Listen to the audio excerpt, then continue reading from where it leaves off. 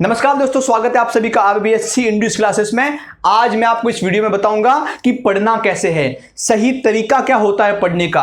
अगर कोई भी टॉपिक है, भले कितना भी बड़ा टॉपिक हो, उसको हमको सही ढंग से पढ़ना है, सही तरीके से पढ़ना है तो कैसे पढ़े, कम समय में ज़्यादा से ज़्यादा उस टॉपिक को ज़्यादा दिन तक कैसे याद रखे, आज सब कुछ मैं आपको इस वीडियो में बताने वाला हूँ। मैं आपको इस वीडियो में सिर्फ आज एक मेथड बताऊंगा और उसी एक मेथड को आप अपनाइए अपने जीवन में, अपनी पढ़ाई में उसको अपनाइए।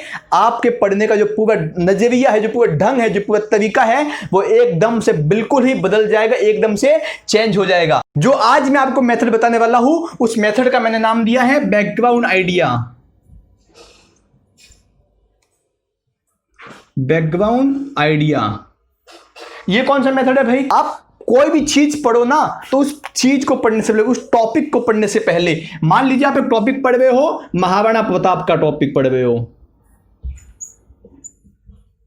आप एक टॉपिक पढ़ रहे हो महाराणा प्रताप का टॉपिक। आपकी बुक में उस टॉपिक से रिलेटेड जो महत्वपूर्ण पॉइंट होंगे, जो महत्वपूर्ण बिंदु होंगे, वो सब तो दिया ही होगा कि महाराणा प्रताप का जन्म कब हुआ, महाराणा प्रताप कहाँ पैदा हुए, महाराणा प्रताप के पुत्र का क्या नाम था, उनकी पत्नी का क्या नाम था, उनके माता का क्या नाम था, उनके पिता का क्या नाम था, उन्होंने कौन सा युद्ध लड़ा, वो सब कुछ आपकी जो बुक में है डिटेल तो दी होगी। लेकिन जब आप उसको पढ़ेंगे, आपको जो बुक में दिया हुआ है उसको पढ़ेंगे, तो आप पढ़ते पढ़ते इतना कंफ्यूज हो जाएंगे कि आपको पता ही नहीं चलेगा कि मैंने पहले क्या पढ़ा, अब क्या पढ़ रहा हूं। आपको एक बेसिक जो आइडिया होगा पढ़ने का, वो सारा निकल जाएगा।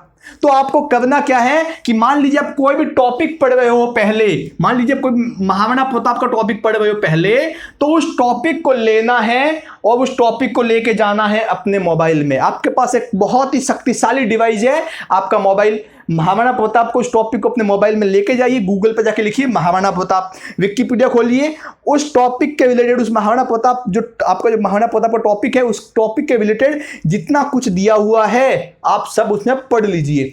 पढ़ने में मुश्किल से 30 से 40 मिनट जाएंगे। कितना? 30 से 40 मिनट जो है आपका उस टॉपिक को पूरा विकिपीडिया पे पढ़ने में इतना जाएगा। इससे ज़्यादा कोई ज़्यादा टाइम जाने वाला है नहीं। मैं अपने पर्सनल एक्सपीरियंस से बता रहा हूँ, ठीक है ना।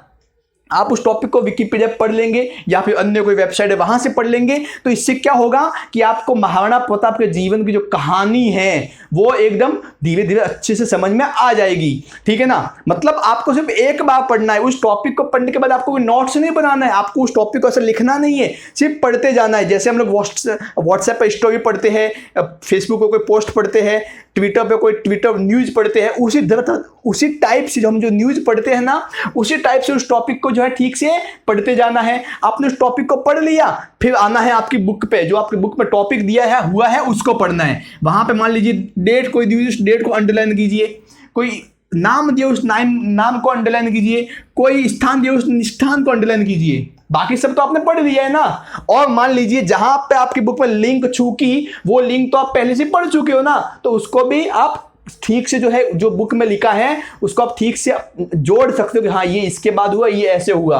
मतलब कि अगर आप मोबाइल में पढ़ते हो पहले अच्छे से, उसका पूरा इतिहास पढ़ते हो मोबाइल में, पूरा जो जितना कुछ दिया हुआ है वो सब पढ़ते हो। आपकी बुक में एकदम शॉर्ट में दिया होता है, ज़्यादा लंबा नहीं खींचा होता है, लेकिन आप लंबे ढंग से पढ़ोगे तो आपको, जब आप बुक में जाके पढ़ोगे तो आपका लगभग 90% जो डाउट है वो सब तो क्लियर हो ही चुका होगा और कुछ पीछे बचाइएगा ही नहीं पढ़ने के लिए। आपको बस 2 महत्वपूर्ण बिंदु होंगे जो आपने अंडरलाइन किया, उनको सिर्फ याद करना रहेगा, बाकी तो आप ऐसे ही झट बता दोगे, ठीक है ना।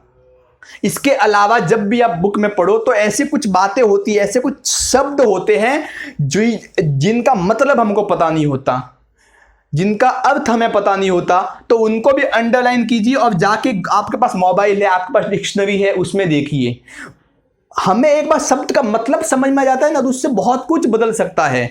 जब तक हमें किसी चीज का मतलब नहीं पता होता तो हमें क्या पता भी लिखना क्या है। जब हमें किसी चीज का मतलब पता होता है तो हम बहुत कुछ भी उस टॉपिक के रिलेटेड पता कर सकते हैं, बहुत कुछ हमें समझ में भी आ जाता है। तो मेन चीज क्या है, जब भी आप कोई टॉपिक पढ़ने जाए तो उस टॉपिक को पढ़ने से पहले उस टॉपिक को एक बार अच्छे से न्यूज की तरह आप अपने मोबाइल में पढ़ लो। इससे आपको बेसिक आइडिया मिल जाएगा, जो आपका बैकग्राउंड आइडिया है वो क्लियर हो जाएगा।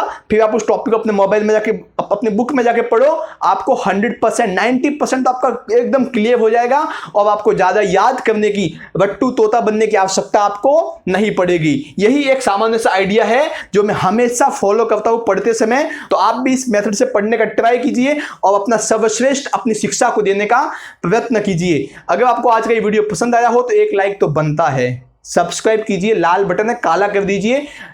आपको इस चैनल पे बहुत कुछ देखने को मिलेगा। तो आज के लिए बस इतना ही, धन्यवाद।